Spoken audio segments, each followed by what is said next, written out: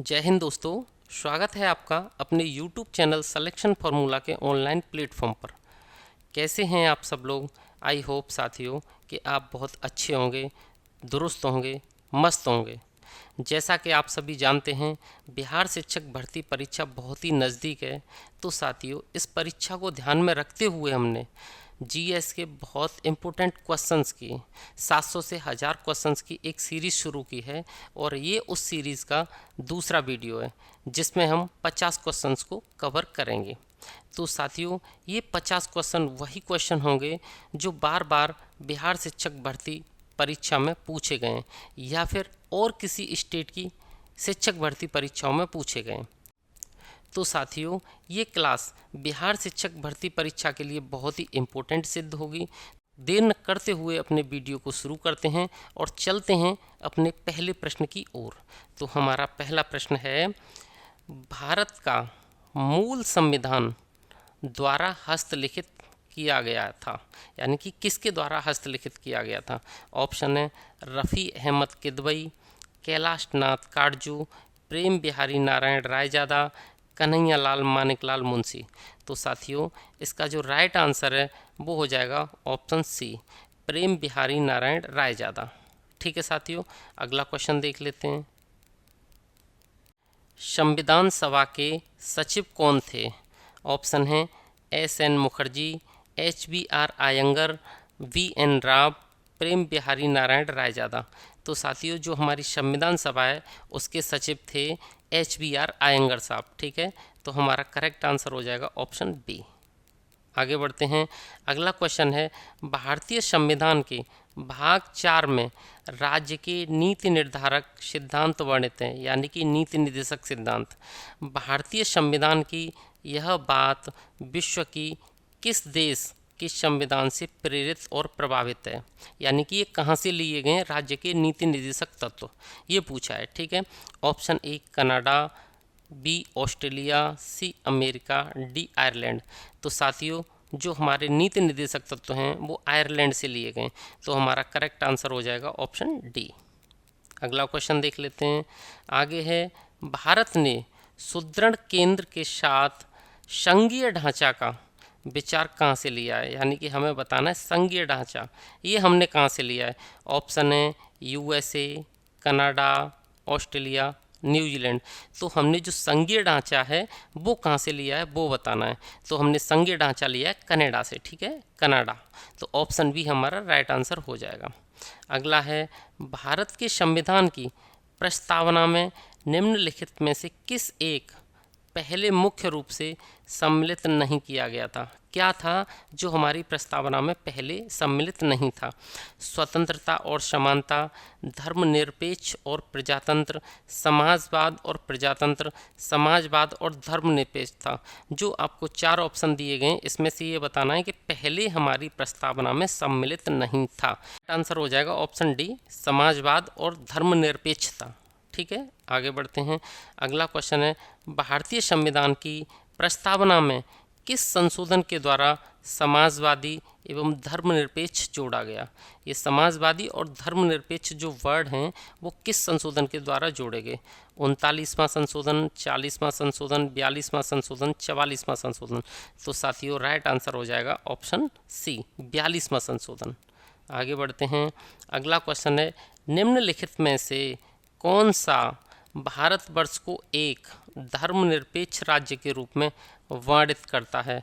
मौलिक अधिकार, 9वीं सूची, मौलिक कर्तव्य, संविधान की प्रस्तावना। यानी कि हमें कैसे पता चलता है कि भारत एक धर्मनिरपेक्ष राज्य है? तो साथियों, ये पता चलता है हमें ऑप्शन डी से, यानी कि संविधान की प्रस्तावना से। हमारी प्रस्तावना में ही ये चीज़ वर्णित है। ठीक है, कि भारत एक पंथ निरपेक्ष राज्य है। ठीक है साथियों, आगे बढ़ते हैं। अगला क्वेश्चन देख लेते हैं। हमारा अगला क्वेश्चन है, संवैधानिक उपचार का अधिकार किसके अंतर्गत आता है? मौलिक अधिकार, कानूनी अधिकार, संवैधानिक अधिकार, प्राकृतिक अधिकार। संवैधानिक उपचार का अधिकार आर्टिकल 32 जो है वो किसके अंतर्गत आता है? तो साथियों, आपको पता होगा ये मौलिक अधिकार के अंतर्गत आता है। तो इसका हमारा राइट आंसर हो जाएगा ऑप्शन ए। अगला देख लेते हैं। अगला क्वेश्चन है, भारत के संविधान का कौन सा अनुच्छेद देवनागरी लिपि में हिंदी को संघ के सहकारी भाषा के रूप में मान्यता देता है? यानी कि देवनागरी लिपि में जो हिंदी है उसको राजकीय भाषा कौन सा अनुच्छेद बनाता है? अनुच्छेद 341, 342, 343, 346। तो साथियों ये अनुच्छेद है ऑप्शन सी 343। जो 343वां अनुच्छेद है ये हिंदी को एक सरकारी भाषा के रूप में मान्यता देता है। ठीक है साथियों, आगे बढ़ते हैं, अगला क्वेश्चन देख लेते हैं। अगला है, निम्नलिखित में से कौन संविधान सभा की व्यापार समिति के व्यवस्थापन के पहले अध्यक्ष थे? जवाहरलाल नेहरू, सच्चिदानंद सिन्हा, कन्हैया लाल माणिकलाल मुंशी, हरेंद्र कुमार मुखर्जी। इसमें से बताना है कि व्यापार समिति के व्यवस्थापन के पहले अध्यक्ष कौन थे। ठीक है साथियों, तो हमारा राइट आंसर हो जाएगा ऑप्शन सी कन्हैया लाल माणिकलाल मुंशी। अगला क्वेश्चन देख लेते हैं। अगला क्वेश्चन है, प्रथमतः मतलब सबसे पहले आपात स्थिति की घोषणा कितने समय के लिए सीमित की जा सकती है? 3 महीना, 15 दिन, 6 महीना, 1 साल। यानी सबसे पहले हम आपातकाल कितने समय के लिए घोषित कर सकते हैं ये पूछा गया है इसमें। ठीक है, तो इसका राइट आंसर हो जाएगा 6 मंथ। ऑप्शन सी हमारा राइट आंसर होगा। आगे बढ़ते हैं। अगला है, केंद्र शासित प्रदेश का मुख्यमंत्री जहां पर भी इस तरह का प्रावधान है किसके द्वारा नियुक्त किए जाते हैं? यानी कि जो हमारे यूनियन टेरिटरी हैं, केंद्र शासित प्रदेश हैं, वहाँ पे जो मुख्यमंत्री हैं किसके द्वारा नियुक्त किए जाते हैं? ऑप्शन ए है राष्ट्रपति, प्रधानमंत्री, उपराष्ट्रपति, उपराज्यपाल। ठीक है साथियों, तो इसका हमारा राइट आंसर हो जाएगा ऑप्शन ए, राष्ट्रपति के द्वारा नियुक्त किए जाते हैं ये लोग। आगे बढ़ते हैं। अगला क्वेश्चन है, भारत की संसद का व्यय किसके द्वारा नियंत्रित किया जाता है? यानी कि हमारे व्ययकार लेखा जोखा कौन रखता है भारत की संसद का? राष्ट्रपति, नीति आयोग, वित्त आयोग, नियंत्रक एवं महालेखा परीक्षक। ठीक है साथियों, तो ऑप्शन डी कैग, जो नियंत्रक व महालेखा परीक्षक होता है वही भारत के संसद के व्यय की जानकारी रखता है। आगे बढ़ते हैं। अगला क्वेश्चन है हमारा, जनहित याचिका की धारणा किस देश से उत्पन्न हुई? यूनाइटेड किंगडम, सोवियत गणराज्य, ऑस्ट्रेलिया, अमेरिकी गणराज्य। जो जनहित याचिका है, जनहित में याचिका डालते हैं ना सभी के लिए, वो जो धारणा है वो कहाँ से निकल के आई ये पूछा गया है। तो साथियों ये अमेरिकी गणराज्य से हमने लिया है, अमेरिकी गणराज्य से निकल कर आई थी। ठीक है, तो हमारा राइट आंसर हो जाएगा ऑप्शन डी अमेरिकी गणराज्य। आगे बढ़ते हैं।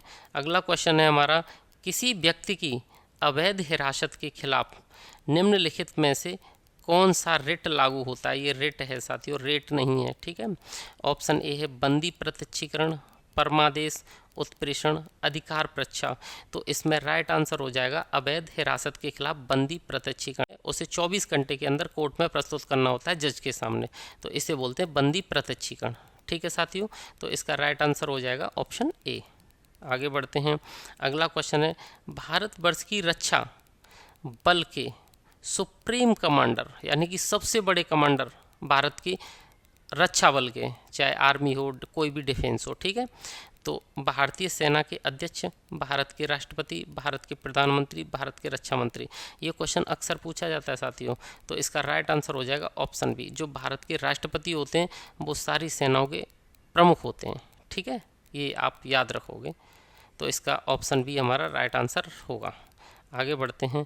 अगला क्वेश्चन है हमारा, लोहे का विशुद्धतम रूप है, सबसे ज़्यादा शुद्ध?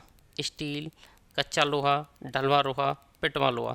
ये क्वेश्चन पूछ लिया जाता है, तो साथियों इसका राइट आंसर होगा ऑप्शन डी, पिटवा लोहा सबसे ज़्यादा शुद्ध होता है। ठीक है, अगला क्वेश्चन देख लेते हैं। निम्नलिखित में से कौन सा एक तत्व नहीं है? तत्व नहीं है धातु, अधातु, गैस, उपधातु। तो साथियों धातु, अधातु और गैस इसमें तत्व होते हैं, तत्वों से बनी होती हैं। लेकिन जो गैस है ये किसी गैस का नाम तो दिया नहीं है, ये क्या दिया है? ये किसी पदार्थ की मतलब पदार्थ की अवस्था है गैस, तो गैस हमारा राइट आंसर हो जाएगा, ये तत्व नहीं है। ठीक है, आगे बढ़ते हैं। अगला क्वेश्चन है, आधुनिक रसायन शास्त्र का जनक किसे कहा जाता है? Rutherford, Einstein, Lavoisier, CV Raman. तो आप याद रखें जो आधुनिक रसायन शास्त्र है उसके जनक लेवोजियर को माना जाता है, तो ऑप्शन सी हमारा राइट आंसर हो जाएगा। आगे बढ़ते हैं। अगला क्वेश्चन है, परमाणु के नाभिक में कौन कौन से मूल, एक कारण नहीं है, कण होते हैं, मूल कण? इलेक्ट्रॉन एवं न्यूट्रॉन, इलेक्ट्रॉन एवं प्रोटॉन। नाभिक की पूछ रहा है, ठीक है, प्रोटॉन एवं न्यूट्रॉन, केवल इलेक्ट्रॉन। तो साथियों जो परमाणु का नाभिक होता है, हमारा राइट आंसर हो जाएगा ऑप्शन सी, उसमें प्रोटॉन एवं न्यूट्रॉन होते हैं। और परमाणु के अंदर ये तीन ही तत्व पाए जाते हैं, प्रोटॉन, न्यूट्रॉन, इलेक्ट्रॉन। तो इसमें इलेक्ट्रॉन तो परमाणु की कक्षाओं में पाया जाता है और नाभिक में प्रोटॉन और न्यूट्रॉन पाया जाता है। तो हमारा राइट आंसर हो जाएगा सी। ठीक है साथियों, आगे बढ़ते हैं। अगला क्वेश्चन है, किस नियम के अनुसार समान ताप और दाब पर सभी गैसों के निश्चित आयतन में अणुओं की संख्या होती है? कोरियोलिस प्रभाव, ग्राहम का नियम, पास्कल का नियम, आवोगाद्रो नियम। तो साथियों इसका राइट आंसर हो जाएगा ऑप्शन डी, आवोगाद्रो का नियम। आगे बढ़ते हैं, अगला क्वेश्चन देख लेते हैं। हमारा अगला क्वेश्चन है, एक तत्व में इलेक्ट्रॉनिक और न्यूट्रॉन की संख्या, ये इलेक्ट्रॉनिक नहीं है, इलेक्ट्रॉन है केवल, ठीक है, इलेक्ट्रॉन और न्यूट्रॉन की संख्या क्रमशः 18 और 20 है। तो इस तत्व की द्रव्यमान संख्या बताइए। तो द्रव्यमान संख्या में क्या होता है साथियों, प्रोटॉन और न्यूट्रॉन की संख्या को जोड़ देते हैं और किसी भी तत्व में जितने प्रोटॉन होते हैं उतने ही इलेक्ट्रॉन होते हैं, ठीक है। तो अगर हम इन दोनों को जोड़ेंगे तो कितना आएगा, 38। तो राइट आंसर हो जाएगा ऑप्शन सी, 38। ठीक है, ये आप याद रखना। आगे चलते हैं। अगला क्वेश्चन है हमारा, एक नाभिक की द्रव्यमान संख्या होती है, क्या क्या होती है? न्यूट्रॉन और प्रोटॉनों की संख्याओं का योग, न्यूट्रॉन और प्रोटॉनों का कुल द्रव्यमान, हमेशा परमाणु भार से अधिक, हमेशा अपनी परमाणु संख्या से कम। इसमें से कौन सा कथन सही है? तो साथियों इसका कथन ए ही सही है। अभी किया था हमने, न्यूट्रॉन और प्रोटॉनों की संख्या को क्या करते हैं, जोड़ देते हैं, और प्रोटॉनों की संख्या इलेक्ट्रॉनों की संख्या के लगभग बराबर ही होती है, ठीक है। तो आगे बढ़ते हैं, अगला क्वेश्चन देख लेते हैं। निम्नतम अवस्था में हाइड्रोजन परमाणु की कक्षा में एक इलेक्ट्रॉन की चाल होती है। ये क्वेश्चन आपको याद करना है, बिल्कुल सीधा सीधा सा है और ये एग्जाम में पूछ लिया जाता है, हाइड्रोजन के इलेक्ट्रॉन की चाल, ठीक है। ऑप्शन है पहला सी, CY2, CY137, CY4, इनमें से कौन सा है? तो साथियों इसका राइट आंसर हो जाएगा ऑप्शन सी, CY137। ये क्या होती है, हाइड्रोजन परमाणु में इलेक्ट्रॉन की चाल होती है। आगे बढ़ते हैं। प्लूटोनियम न्यूक्लाइड के नाभिक में न्यूट्रॉनों की संख्या होती है। प्लूटोनियम न्यूक्लाइड की पूछ रहा है, प्लूटोनियम न्यूक्लाइड के नाभिक में न्यूट्रॉनों की संख्या कितनी होती है? 94, 148, 242, 336। इसमें से कौन सा आंसर सही है, ये हमें इसमें बताना है। तो साथियों हमारा राइट आंसर हो जाएगा 148। ठीक है, आगे बढ़ते हैं। अगला क्वेश्चन है, निम्नलिखित में से कौन सा एक रेडियोधर्मी तत्व द्वारा उत्सर्जित धनात्मक रूप में आवेशित कण है? कैथोड किरण, बीटा किरण, अल्फा किरण, गामा किरण। तो साथियों इसका राइट आंसर हो जाएगा ऑप्शन सी, अल्फा किरण। अल्फा किरण क्या है, उत्सर्जित धनात्मक रूप से आवेशित कण होते हैं अल्फा किरण के, ठीक है। आगे बढ़ते हैं। एक तत्व के समस्थानिक अलग अलग होते हैं, प्रोटॉनों की संख्या में, द्रव्यमान संख्या में, इलेक्ट्रॉनों की संख्या में, परमाणु संख्या में।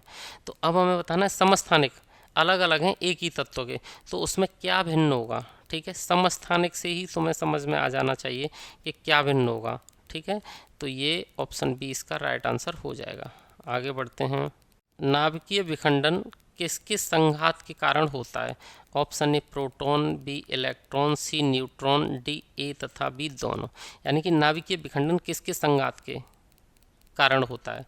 प्रोटॉन, इलेक्ट्रॉन, न्यूट्रॉन, ये हमें बताना है। तो इसका राइट आंसर हो जाएगा साथियों न्यूट्रॉन। ऑप्शन सी हमारा करेक्ट आंसर होगा। न्यूट्रॉन के संघात के कारण ही नाभिकीय विखंडन होता है, न्यूट्रॉन की बमबारी से, ठीक है।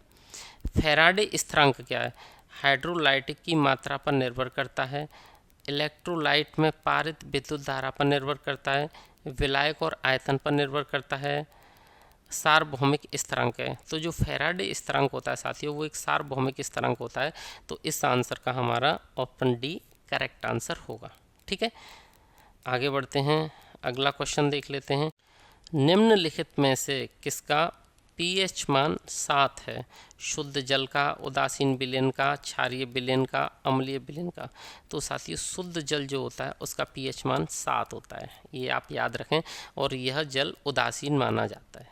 ठीक है, अगला क्वेश्चन देख लेते हैं। अगला क्वेश्चन है हमारा, निम्नलिखित में से किस विलयन के पीएच मान 7 से अधिक होता है, यानी कि ऐसा कौन सा विलयन है जो 7 से अधिक होगा। तो देखो 7 पर अगर किसी भी चीज़ का पीएच मान 7 है तो वो विलयन उदासीन होता है। 7 से अगर कम है, 1 2 3 4 5 6 तक, तो वो अम्लीय होता है। और अगर 7 से ज़्यादा 8 9 10 11 12 13 14, तो वो होता है क्षारीय विलयन।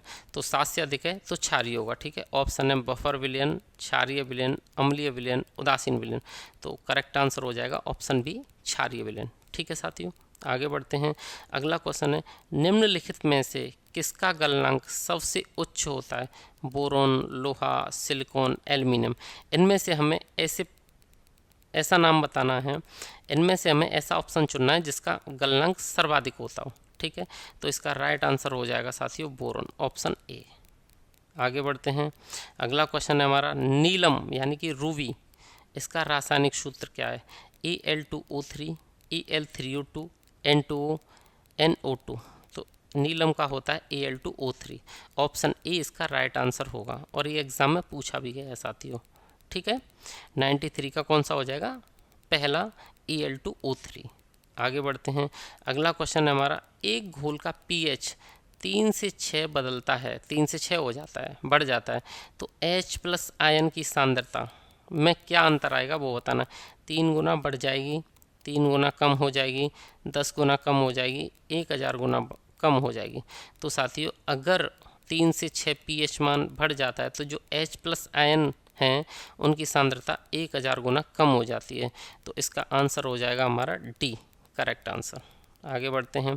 अगला क्वेश्चन है, ब्रोमीन होती है, क्या होती है ब्रोमीन, रंगहीन गैस होती है, या भूरे रंग का ठोस होता है, अत्यंत ज्वलनशील गैस होती है, या लाल द्रव होती है।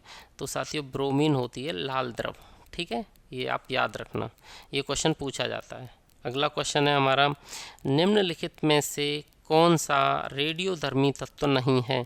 Uranium, radium, thorium, cadmium. तो साथियों जो पहले 3 हैं ये सब रेडियो एक्टिव पदार्थ हैं, कैडमियम एक रेडियोधर्मी तत्व नहीं है।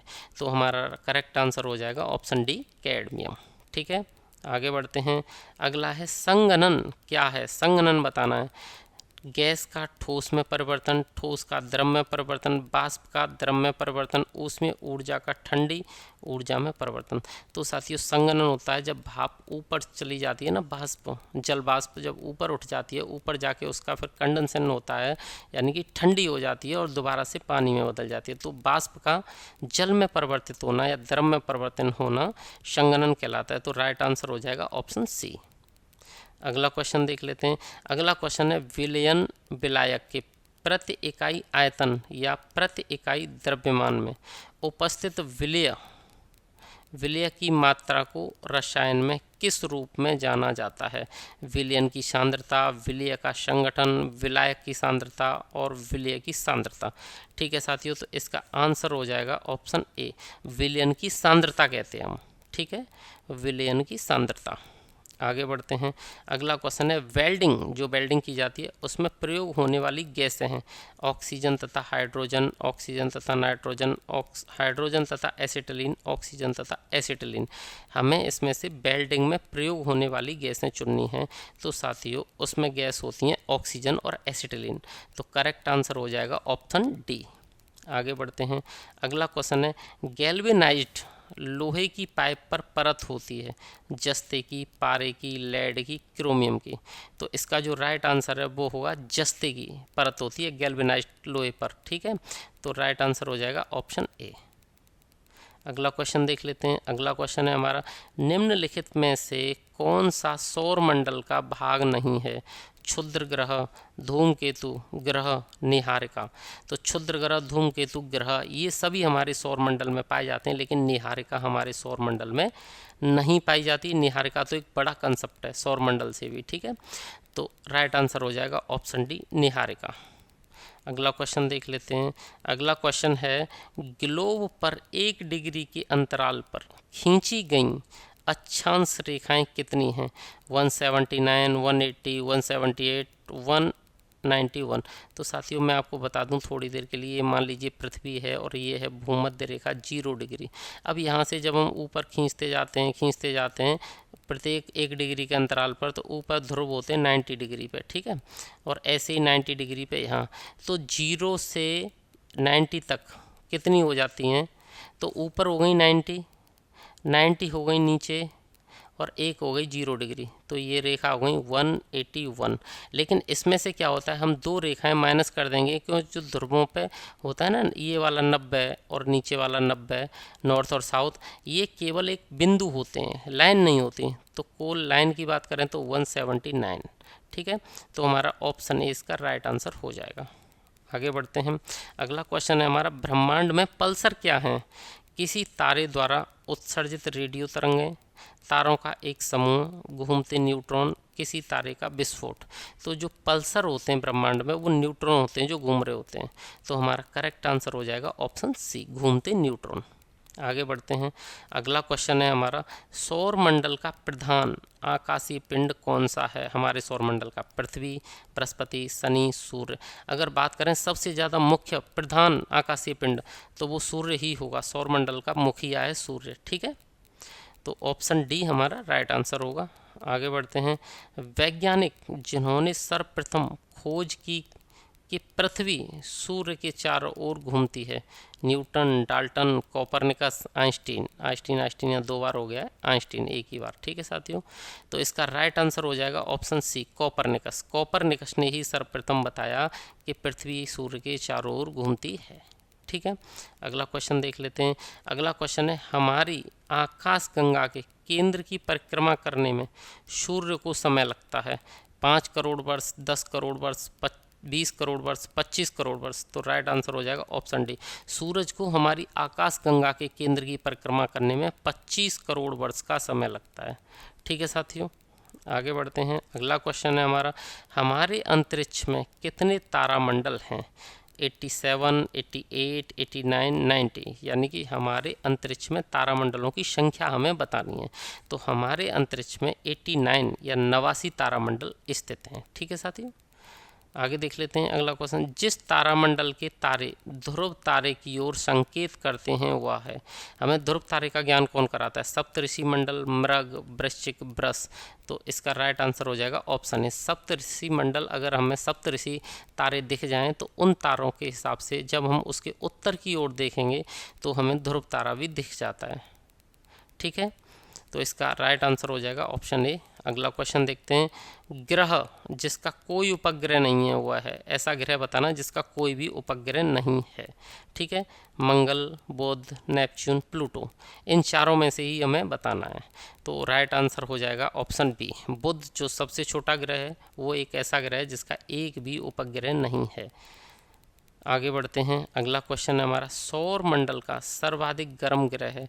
बुध, शुक्र, मंगल, पृथ्वी। इन चारों में से सौर मंडल का सर्वाधिक गर्म ग्रह कौन सा है? तो साथियों शुक्र सर्वाधिक गर्म ग्रह है, सबसे चमकीला भी है इसीलिए क्योंकि वो सबसे ज़्यादा गर्म है, ठीक है। तो साथियों आज के 50 क्वेश्चन हमने अच्छे से कवर कर लिए हैं और इस सीरीज़ की वीडियो आगे भी आएंगी। आपको 700 से 1000 क्वेश्चन इस सीरीज़ के अंदर कराए जाएंगे जो आपकी बिहार शिक्षक भर्ती के लिए बहुत ज़्यादा ही इम्पोर्टेंट होंगे। तो दोस्तों अगर आपको ये वीडियो अच्छी लगी हो तो चैनल को सब्सक्राइब करें, लाइक करें और शेयर करें। वीडियो देखने के लिए धन्यवाद।